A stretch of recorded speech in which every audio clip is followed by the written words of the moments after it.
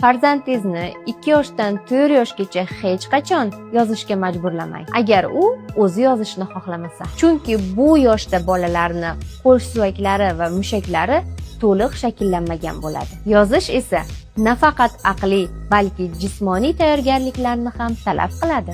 Bu ko'rib turgan rasmingizda 3 yoshli bolani qo'li. Ko'ryapsiz, hali u to'liq rivojlanmagan. Agar bola o'zi xohlamasa, uni aslo zo'rlamang. Yozishga majburlash natijasida bolani qo'li charchaydi, yozuvdan nafratlanib qoladi va albatta o'ziga ishonchi pasayadi. Bu rasmda esa 5 yoshdagi bolani qo'li. Ko'ryapsiz, ancha rivojlangan va shakllangan. Bola avval chizsin, bo'yasin, o'yin o'ynasin. Bu orqali qo'l harakatlari rivojlanadi, so'ngra yozishga o'zi qiziqa boshlaydi. Agar farzandingizni mushaklarini to'g'ri rivojlantirishni xohlasangiz, Telegram kanalimga obuna bo'ling.